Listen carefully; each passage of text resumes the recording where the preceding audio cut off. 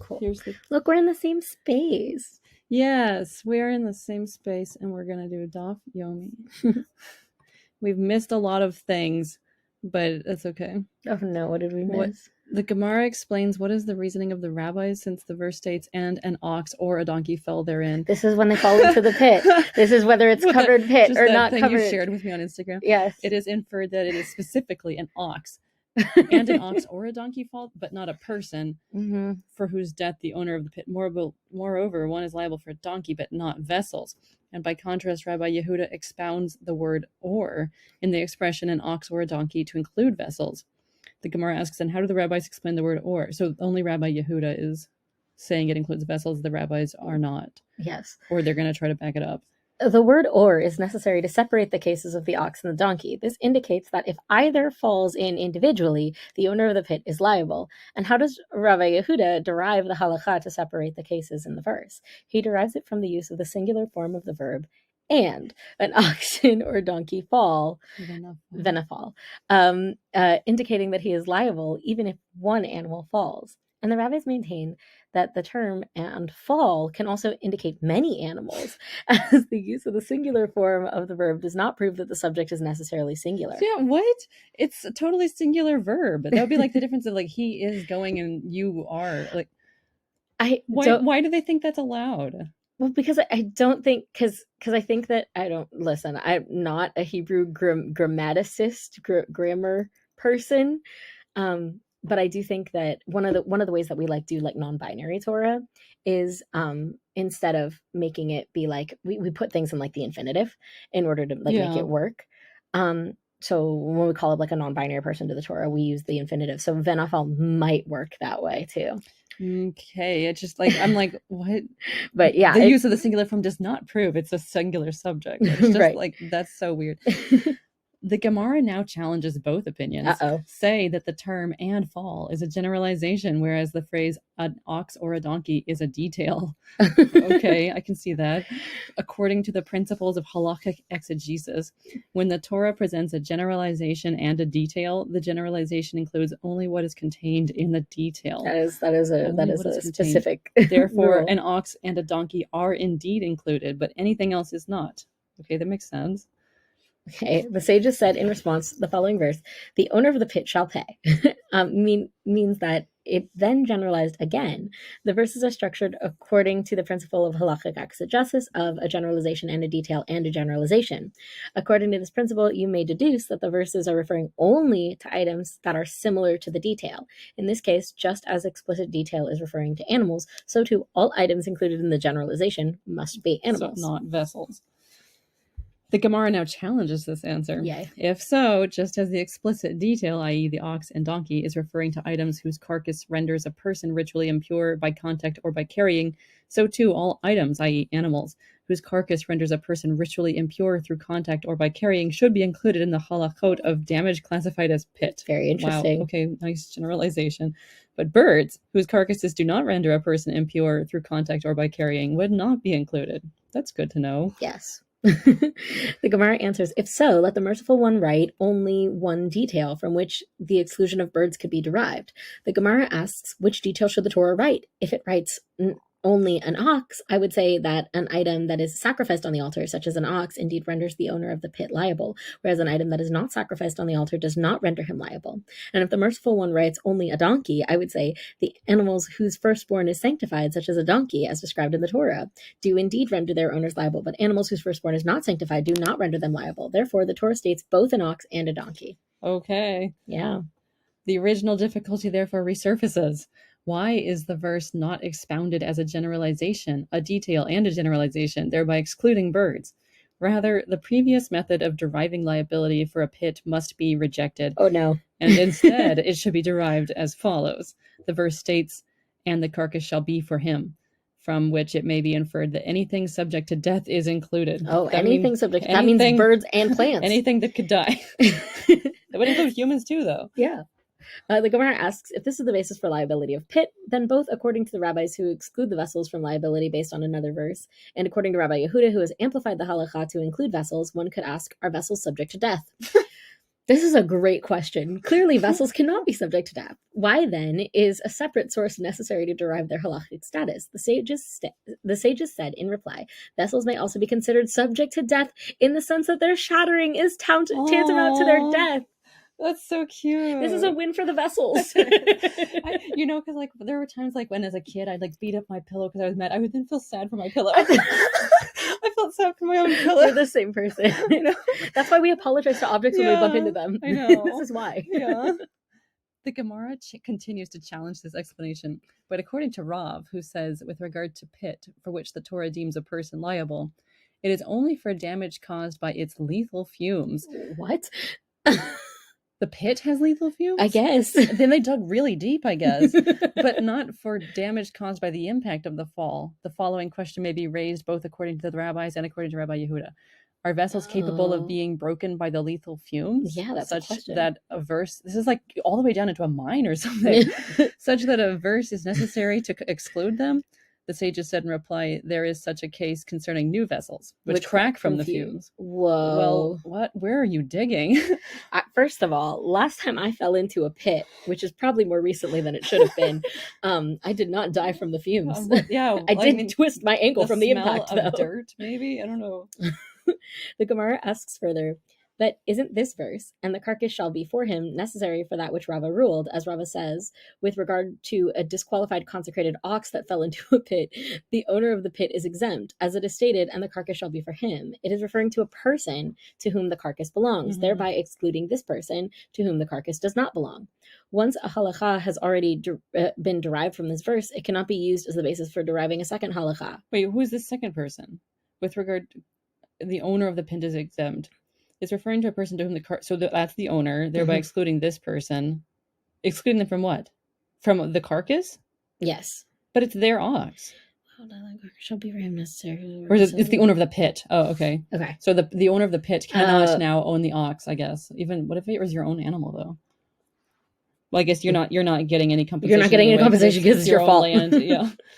Rather, the halachot of liability for pit must be derived from another source. The verse states concerning pit, he shall recompense money to its owners, thereby including any item that has an owner within the scope of liability. He shall Okay, so anything that is owned gets paid for. The Gemara challenges this answer. If so, then even vessels and people should be included as well, which presents a difficulty for all opinions. It certainly does for at least the people. Yeah. The Gemara answers, this is why the verse states an ox, but not a person, a donkey, but not vessels. The Gemara asks, and according to Rabbi Yehuda, who amplifies the scope of liability to include vessels, granted that the term an ox is necessary as he excludes people based on it, for which he is not liable, but with regard to a term a donkey, what does he exclude based off of it? So we are keeping people out of it. Okay. Yes. Rava said the term donkey stated with regard to pit, according to the opinion of Rabbi Yehuda, and the term sheep, stated with regard to a lost item, according to the opinion of everyone, are difficult. There is no explanation for why they are stated. Oh, no. I've never seen them say that before. No, everyone. The Mishnah teaches if a cheresh ox or a shotet ox or a katan ox fell into the pit, the owner of the pit is liable. The Gemara clarifies what is meant by the phrase a cheresh ox or a shotet ox or a katan ox. If we say that it means an ox belonging to a deaf mute, cheresh, an ox belonging to an imbecile, shotet, or an ox belonging to a minor, katan, then it can be inferred that if it was an ox belonging to a halachically competent adult, the owner of the pit would be exempt. What would be the reason for this exemption? Okay. A competent adult? So if the ox belonged to one of these three people, they don't get money? No. So what they're saying is that the owner of the pit is exempt. So if the person is competent, then they shouldn't have let their ox go wandering, and it's not the owner of the pit's fault. That's funny. But if they're not competent, they can't see you should it. Keep your dogs on a leash, like that kind of exactly. Thing. I was seeing this as like, what if the ox itself is deaf mute? Well, I think that's where they're going to go next, or at least I hope that's where they're going to go next. I don't think they don't even think. Yeah, they do an ox of standard intelligence. Rabbi Yochanan says, indeed, it should be interpreted as an ox that is impaired by being deaf. Or yes. An ox that is an imbecile, or an ox that is very young. Well, if the ox is deaf, it can still see. Like, The Gemara asks, was it able to hear the pit? This is the question. But can it be inferred that if an ox that is of standard intelligence fell into a pit, the owner of the pit would be exempt? Rabbi Yirmeiah, that's new, said the Mishnah is speaking utilizing the style of it is not necessary and should be understood as follows. It is not necessary to state that if an ox that is of standard intelligence fell into a pit, that the pit's owner is liable. Because it's so standard, we shouldn't even have to say that ox shouldn't be falling into a pit. It's smarter than that. But with regard to an ox that is deaf, an imbecile, or very young, say that it was not due to the pit alone that it fell in, but its deafness caused it to fall in, okay? Or its young age caused it. That one's more understandable. And the owner of the pit should be exempt. Therefore, it teaches us that he is liable in these cases. I don't understand the deafness one, unless there's another way to translate that to be blind. I don't know. I mean, maybe another ox would have warned it by verbal.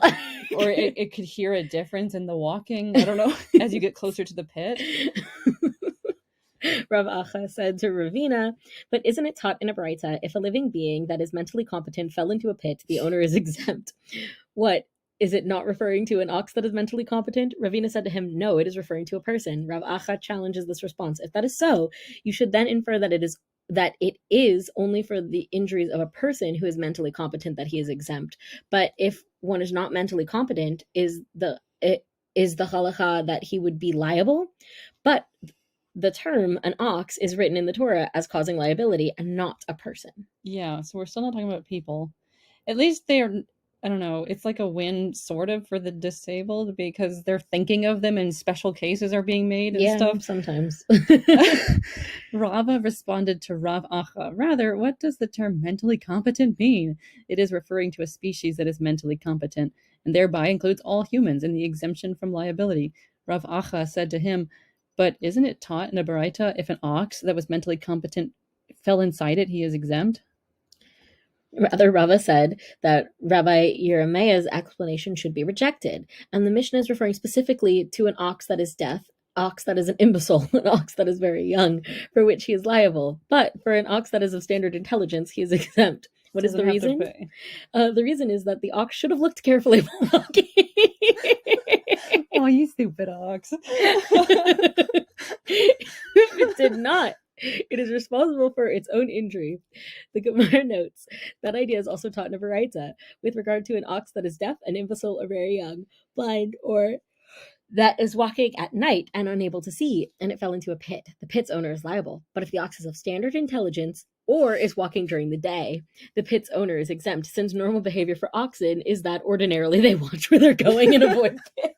Wait, so this is saying if it's during the day for all oxen, yes, even the young ones and the imbeciles. Yeah, even and the deaf. That's so funny because it's like we started off the pit and the fire and everything with like, you know, it's always the owner's problem. And now we're going into this, just like the stoning of the boy. Like, well, it only works if the boy is like has a beard and he doesn't live with his family anymore. And like, but that's exactly this is like, my favorite thing that the rabbis do is they like start nobody with, should pay. It's no one's fault. I mean, it's my favorite thing because like you can see the work that the rabbis are doing to not be liable for certain things, not like in a way that they're trying to get out of it, but in a way that they're like, but it can't mean that, can it? Like, I mean, it's how you get rid of the death penalty. Like, it's really interesting. But it's like, if my animal got injured, I guess, well, in a way, it's really not my fault because it is, the animal has its own mind. Yeah. And like, if it chose to wander that way and fell in, and like, that's not my fault. And like when my dog falls off of my bed, right? I'm like, you're dumb. That was your choice. I know. Or like if my neighbor has pits on his land for some reason, that's not my fault. And it's his land. So yeah. The Mishnah. The halacha is the same, whether concerning an ox or whether concerning any other animal with regard to liability for falling into a pit. And with regard to keeping its distance from Mount Sinai at the time of the receiving of the Torah, when it was forbidden for any animal to ascend the mountain, and with regard to the payment of double the principal by a thief, and with regard to the mitzvah of returning a lost item. Wow, they're bringing all these things together. And with regard to unloading its burden, and with regard to the prohibition of muzzling it while threshing, and with regard to the prohibition of diverse kinds, and with regard to the prohibition against working on Shabbat. Wow. So it is the same, whether concerning an ox or any animal. Any animal now, not just ox and donkey. And similarly, undomesticated animals and birds are subject to the same halacha as domesticated animals. If so, why are all of the above halachot stated in the Torah only in reference to an ox or a donkey? Rather, the reason is that the verse speaks of a common scenario from which other cases may be derived. Oxes and donkeys are common. Mm-hmm. The Gemara explains the sources for all of the halachot enumerated in the Mishnah that apply to animals. With regard to falling into a pit, it is written, "He shall recompense money to its owners," which means that any animal that has owners is included, as we mentioned. Mm-hmm. With regard to the requirement that animals keep their distance from Mount Sinai before the giving of the Torah, this already happened like thousands of years ago, though, from the point this was written. This is derived from the verse, "Whether it be animal or person, it shall not live." And an undomesticated animal, chaya, is also included in the term animal, behema. In addition, the word whether serves to include birds. Okay, I'm glad about that. A win for the birds. Win for the birds. They are included. With regard to can you imagine, Gus, just like animals, listen up. Back off. Don't Mount get Sinai. away from Mount Sinai just for a bit. Listen, it's just me and Moses right now, okay? With regard to the double payment of a thief, it is, as we say in the halachic exegesis of the verse, for any matter of trespass, that is a general statement which includes any matter of negligence. With regard to the mitzvah of returning a lost item, the verse states comprehensively, for every lost thing of your brother. With regard to the halacha of unloading a burden, derive it from the verbal analogy from the context of Shabbat, as the word donkey is employed in context of unloading a burden. And the word donkey is employed in the context of prohibition against having one's animal perform labor on Shabbat. And that verse is clearly referring to any animal. Okay. With regard to the prohibition against muzzling an animal mentioned in the verse, "You shall not muzzle an ox while it is threshing," derive it from a verbal analogy from the context of Shabbat, as the word ox is employed in the context of muzzling, and the word ox is employed in the context of the prohibition against having one's animal perform labor on Shabbat. And that verse is clearly referring to any animal. Okay. With regard to the prohibition of diverse kinds, it is referring to the prohibition against using diverse kinds for plowing, due to which it is forbidden to plow with an ox and a donkey together. Derive it from a verbal analogy from the context of Shabbat, as the word ox is employed in the context of plowing with diverse kinds, and the word ox is employed in the context of the prohibition against having one's animal perform labor on Shabbat. And that verse is clearly referring to any animal. They're like now ox just means animal in general. Yes. What is that Greek word? It's like, if like all bananas are fruit, not all fruit are bananas. What is that? I should know that. I forget what that term is, but that's how they're using ox now. If it is referring to the prohibition of diverse kinds of crossbreeding, derive it from a verbal analogy from the context of Shabbat, as the term "your cattle" is employed in the context of crossbreeding animals, and the term "your cattle" is employed in the context of the prohibition against having one's animal perform labor on Shabbat, and that verse is clearly referring to any animal. The Gemara asks, and from where do we derive concerning Shabbat itself that the words ox and donkey are referring to all types of animals? As it is taught in a Baraita, Rabbi Yosef says the name of Rabbi Yishmael says in the name of Rabbi Yishmael.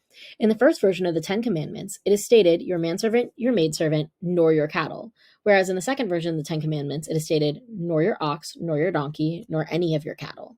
Now, aren't an ox and a donkey already included in the category of all animals, which is included in the term cattle? Why then were they specified? To teach you that just as with regard to the terms ox and donkey that are stated here, undomesticated animals and birds have the same halacha as them. So too, everywhere that an ox and a donkey are mentioned, all types of undomesticated animals and birds have the same halacha as them. Okay, not your ox, not your donkey, not any of your cattle. Cool.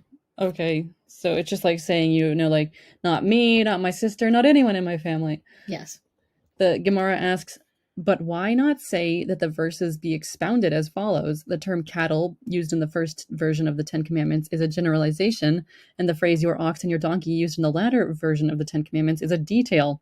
In the case of a generalization and a detail, the principles of halakhic exegesis dictate that the generalization includes only what is specified in the detail. Therefore, with regard to the subject, an ox and a donkey should indeed be included, but anything else should not be included. So now they're back to square one almost. Yes. The sages said in reply, the phrase, nor any of your cattle, stated in the latter version of the Ten Commandments, following the phrase, your ox and your donkey, it is then generalized again. Therefore, the verse is structured as a generalization and a detail and a generalization. According to the principles of halakhic exegesis, you may deduce that the verse is referring only to the items similar in that detail. or similar to that detail. Consequently, just as the items mentioned in that detail are clearly defined as animals, so too all items included in the general term must be animals. I can get behind that. Yeah. The Gemara challenges the answer, but say instead that just as the items mentioned in the detail are clearly defined as an item, i.e. an animal, whose carcass renders a person ritually impure through contact or through carrying, so too all items whose carcass renders a person ritually impure. We're back to not birds. I know. Through contact or through carrying should be included, but birds whose carcasses do not render one impure through contact or through carrying should not be included. Is this like because it's like the way that, you know, it's light out in those squares, this would be somebody else responding? Yes. So basically you have like, you'll have somebody responding in the square, and then you'll have somebody else say, but this person said in the name of this person over here that this X, Y, and Z over here. And so that's why you kind of are getting back to the same location. Okay. The sages said in reply, if so, let the merciful one write only one detail from which this could be derived. The Gemara asks, which detail should the merciful one write? If the merciful one writes only an ox, I would say an animal that is sacrificed on the altar, such as an ox, indeed renders the owner of the pit liable, whereas an animal that is not sacrificed on the altar does not render him liable. And if the merciful one writes only a donkey, I would say an animal whose firstborn is sanctified, such as a donkey, as described in the Torah, does indeed render him liable, but an animal whose firstborn is not sanctified does not render him liable. Therefore, the merciful one writes both an ox and a donkey. Yeah, it's like they didn't even read what was written before, and they're just arguing the same thing over. Consequently, there is no redundancy, okay? And each detail is required for correctly deriving other halachot. If so, the previous question resurfaces. Why are the verses not expounded such that the prohibition does not include birds? Rather, the term, nor any vechol of your cattle, should be understood as an amplification, encompassing any item that is even partially similar to the detail. The Gemara asks, but is it the case that anywhere the merciful one states the word any, kol, it is intended as an amplification? Why does it have to be every time that he said that? Okay. But concerning tithes, where it is written any, kol, and yet we expound the verse with the method of a generalization and a detail rather than using the method of amplification and restriction. This, as it is taught in a Baraita concerning second tithe money brought to Jerusalem. The verse states, and you shall give the money for anything, bechol, your soul desires, which is a generalization, followed by for oxen or for sheep or for wine or for strong drink, which is a detail, and concludes with or for anything, uvchol, that your soul asks of you, where it is then generalized again. Therefore, the verse is structured as a generalization and a detail and a generalization. According to the principle of halachic exegesis, you may deduce that the verse was referring only to items similar in the detail. Consequently, just as the items mentioned in the detail are defined as produce of produce, i.e., they grow from a parent organism such as agricultural produce or animals, and they are grown from the ground, their sustenance comes from the ground, so too it includes all things that are produce of produce and are grown from the ground. Wow. It is evident from here that the method of a generalization and a detail is used in connection with the term kol, as opposed to interpreting it as an amplification. They're just giving examples of things that you're allowed to donate as your second tithe. The sages said in response, a distinction may be drawn between the term for anything, bechol, which is a generalization, and the term any, kol, as in any of your cattle, which is an amplification. And if you wish, say instead that the word any, kol, is a generalization as well, in addition to for anything, bechol. But this word, any, written here, is an amplification. Oh, specific. Okay. This is the case, since it could have written and your cattle, as it is written in the first version of the Ten Commandments, and instead it writes, nor any of your cattle. Learn from this that it is an amplification and encompasses other animals as well. Okay. The Gemara continued to analyze this matter.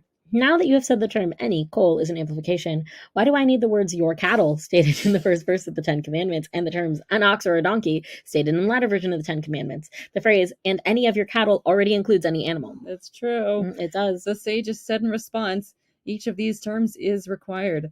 The term ox can be used to derive the halacha with regard to the prohibition against muzzling, as the word ox is employed in the context of muzzling, and the word ox is employed in the context of the prohibition against having one's animals perform labor on Shabbat. They already said this. Yeah, the term donkey can be used to derive the halacha with regard to the halacha of unloading a burden, as the word donkey is employed in the context of unloading a burden, and the word donkey is employed in the context of prohibition against having one's animal perform labor on Shabbat. The term your cattle, your mom, can be used to derive and your cattle. The halacha with regard to the prohibition of diverse kinds, as the term your cattle is employed in the context of crossbreeding animals, and the term your cattle is employed in the context of the prohibition against having one's animals perform labor on Shabbat.